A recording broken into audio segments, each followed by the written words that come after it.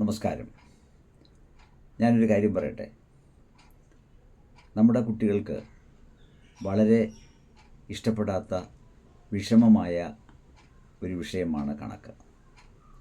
പക്ഷേ കണക്ക് പഠിച്ചില്ലെങ്കിൽ നാം ഒരു ഡിഗ്രി തലത്തിലോ അതിനു മുകളിലോ എവിടെയെങ്കിലും പോയി കഴിഞ്ഞിരുന്നാൽ ഒരു സബ്ജക്റ്റിലെങ്കിലും അല്ലെങ്കിൽ 2 സബ്ജക്റ്റിലെങ്കിലും മാത്സ് ഉൾപ്പെടുത്താറുണ്ട്.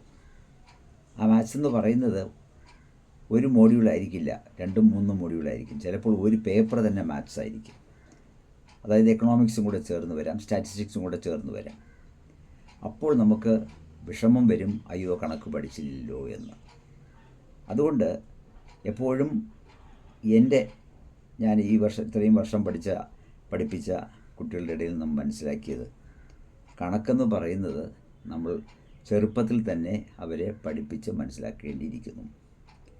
കണക്ക് പഠിപ്പിക്കുന്ന അധ്യാപകർ ഉണ്ട്, നല്ല രസത്തിലൊക്കെ പഠിപ്പിക്കും. പക്ഷേ 8ാം ക്ലാസ്സിലോ 9ാം ക്ലാസ്സിലോ അങ്ങനെ പഠിപ്പിച്ചിട്ട് കാര്യമില്ല. കണക്ക് പഠിക്കണമെങ്കിൽ 3ാം ക്ലാസ് മുതൽ ആ കണക്കിൻ്റെ കളികളൊക്കെ ചൊല്ലി അവൻ്റെ തലയിൽ കയറ്റിയാലേ അത് 8ാം ക്ലാസ്സിൽ നമ്മൾ എന്തെങ്കിലും പറയുമ്പോൾ മനസ്സിലാകത്തുള്ളൂ. ഇല്ലെന്നുണ്ടെങ്കിൽ കാണാതെ പഠിച്ചത് കൊണ്ടുപോയി എഴുതി തീർക്കുക എന്നുള്ളതാണ്. പിന്നീട് ഒരു പുതിയൊരു കണക്കുകൾ ചോദിക്കുകയാണെങ്കിൽ അവൻ അറിഞ്ഞുകൂടാ എന്നുള്ളതാണ്. അപ്പം അതുകൊണ്ട് നാം ചെറുപ്രായത്തിൽ തന്നെ നമ്മുടെ കുട്ടികൾക്ക് കണക്കുകൾ പറഞ്ഞു കൊടുക്കുക, കണക്കിൻ്റെ കളികൾ പറഞ്ഞു കൊടുക്കുക, കുസൃതി ചോദ്യങ്ങൾ പറഞ്ഞു കൊടുക്കുക. ഇതൊക്കെയാണ് നമുക്ക് വേണ്ടത്. ആ ചെറുപ്രായത്തിൽ അവൻ്റെ തലയിൽ അത് കയറി കഴിഞ്ഞാൽ അവന് കണക്കിനൊരു താല്പര്യം ഉണ്ടാകും. താല്പര്യം ഉണ്ടാക്കേണ്ടത് നമ്മളാണ്, രക്ഷകർത്താക്കളാണ്. അതെങ്കിൽ മാത്രമേ ഈ കുട്ടികൾക്ക് കണക്ക് രസമായിരിക്കുകയുള്ളൂ.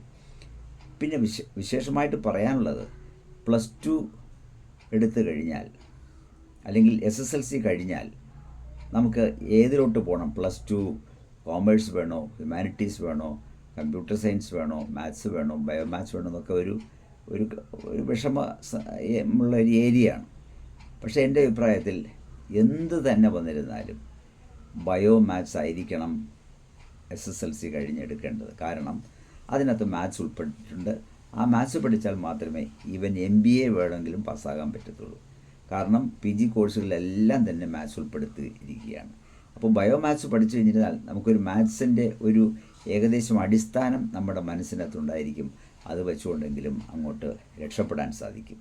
അതുകൊണ്ട് മാത്സ് വിഷയം തിരഞ്ഞെടുക്കുന്നതായിരിക്കും നല്ലത്. പറയുമ്പോൾ എല്ലാം പറയണമല്ലോ. വളരെ സിമ്പിളാണ് മാത്സ്, പക്ഷെ പഠിപ്പിക്കേണ്ട സമയത്ത് പഠിപ്പിക്കണം.